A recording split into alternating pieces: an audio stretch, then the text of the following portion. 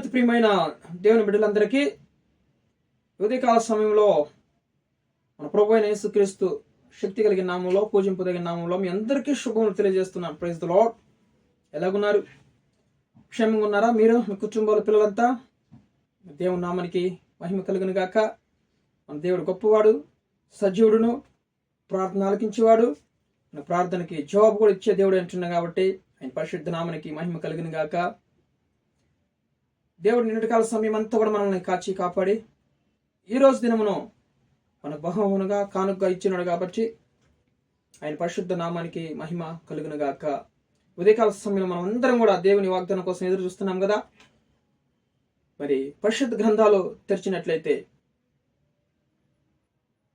మొదటి కొరింథీయులకు రాసినటువంటి పత్రికలో 15వ అధ్యాయంలో 58వ వచనం, కాగా నా ప్రియ సహోదరులారా, మీ ప్రయాసము ప్రభువునందు వ్యర్థము కాదని ఎరిగి స్థిరులను కదలిన వారును ప్రభు కార్యాభివృద్ధి యందు ఎప్పటికీ ఆసక్తులనై ఉండుడి. Praise the Lord. హల్లెలూయా. కాగా నా ప్రియ సహోదరులారా, మీ ప్రయాసం ప్రభువునందు వ్యర్థము కాదని ఎరిగి ఉండాలంట. మన ప్రయాసం ఎప్పుడు కూడా మనం పడే ప్రయాసం దేవుని కొరకు మనము పడే ప్రయాసం, చేసే పని, చేసే ప్రార్థన, ఇవన్నీ కూడా దేవుని కొరకు నువ్వు చేసే ప్రతి చిన్న పని అయినా పెద్ద పని అయినా కూడా ఆసక్తితో మనం చేసే బిడ్డలుగా ఉండాలి.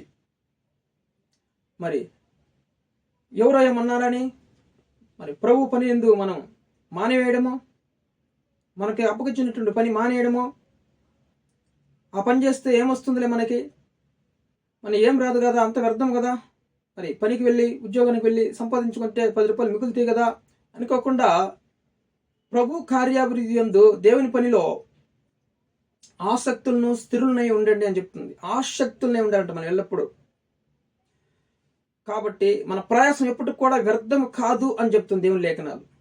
నువ్వు చేసే చిన్న పని అయినా కూడా పెద్ద పని అయినా కూడా, నువ్వు చేసే ప్రార్థన, ప్రభు కొరకు నువ్వు ఎంత కష్టపడుతున్నావో, మరి దేవుని కొరకు ఎంత ఆసక్తి కలిగి పనిచేస్తున్నావో, కష్టమో నష్టమో దేవుని కొరకు నువ్వు ప్రయాసపడుతున్నావు చూడు, ఆ ప్రయాసం ఎప్పుడు కూడా మరి వ్యర్థము కాదు అని దేవుని లేఖనాలు స్పష్టంగా మరి అపోస్తులైన పౌలు గారు కొరింథీ సంఘాలకి తెలియజేస్తున్నాడు. మరి యవనస్తులారా, దేవుని బిడ్డలందరికి కూడా ఉదయకాల సమయంలో ఒక విషయం ఏంటంటే, దేవుని కొరకు నువ్వు చేసే ఏ పనైనా కూడా ఆసక్తి కలిగి మనం చేయాలి, విశ్వాసంతో చేయాలి. అందుకే లూకా సువార్తలో కూడా 18వ అధ్యాయంలో విసుగక ప్రార్థన చేయండి అన్నాడు దేవుడు.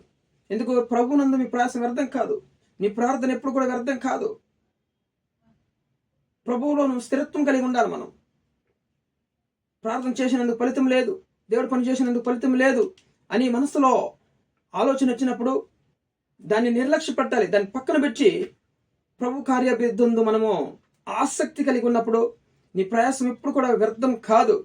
దేవుడు ఒకరోజు ఖచ్చితంగా ఆ ఫలితాన్ని నువ్వు చూస్తావు. సేవకుల కొరకు చేసిన పని కానీ, సంఘంలో చేసిన పని కానీ, చిన్నదో పెద్దదో నీకు అప్పగించిన పని అంతా కూడా చాలా ఆసక్తితో మనం చేసినప్పుడు, ఏలియా కూడా సాధారణ మన మనిషి, ఆసక్తితో ప్రార్థించినప్పుడు ఆకాశంలో మంచు కురవలేదు, వర్షం కురవలేదు. ఆసక్తి కలిగి ప్రార్థించాడు కదా ఏలియా. అలాంటి ఆసక్తి మనం కలిగి ఉండాలి. అతని ప్రార్థన వ్యర్థమైందా? అతని ప్రయాసం వ్యర్థమైందా? ప్రభు కోసం చేసిన పని, ఆ ప్రార్థన వ్యర్థం కాకుండా దేవుడు గొప్ప కార్యం చేయలేదా? ఆకాశం మూపించాడు, వర్షం కురవలేదు. మరలా ప్రార్థించినప్పుడు వర్షం కురిచింది. అలాంటి ఆసక్తి మనం కలిగి ఉండాలని చెప్తుంది దేవుని వాక్యం. ఈరోజు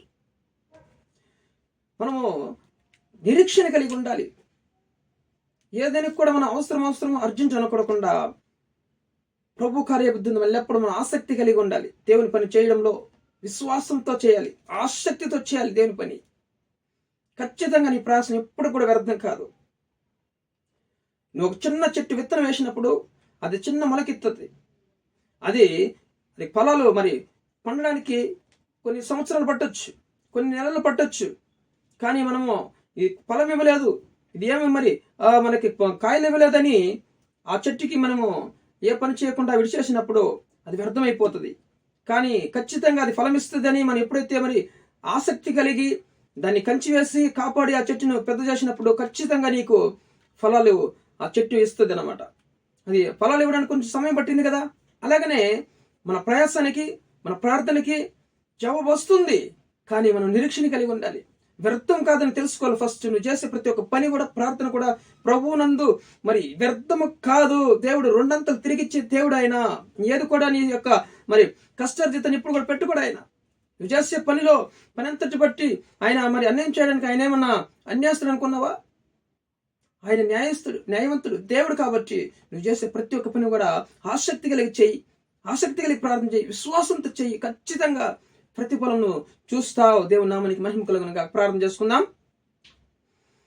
తండ్రి, మీకు స్తోత్రం నాయన. ప్రభువా, ఈరోజు ఈ వాగ్దానాన్ని దీవించి ప్రతి ఒక్కరి జీవితంలో నెరవేర్చండి. వాళ్ళు చేసే ప్రతి ఒక్క ప్రయాసం, పని అంతా కూడా నాయన రెండంతలు కూడా దీవెనలు అనుగ్రహించి సహాయం తెచ్చామని, గొప్ప కార్యం జరిగించమని, ఆమెను ప్రతి ఒక్కరి జీవితాల్లో గొప్ప కార్యం జరిగించమని, వాగ్దానం బట్టి వాగ్దానం ప్రకారం నేను నెరవేర్చి సహాయం తెచ్చామని యేసుక్రీస్తు నామములో అడుగుచున్న పరలోకపు తండ్రి, ఆమేన్. ఆమేన్.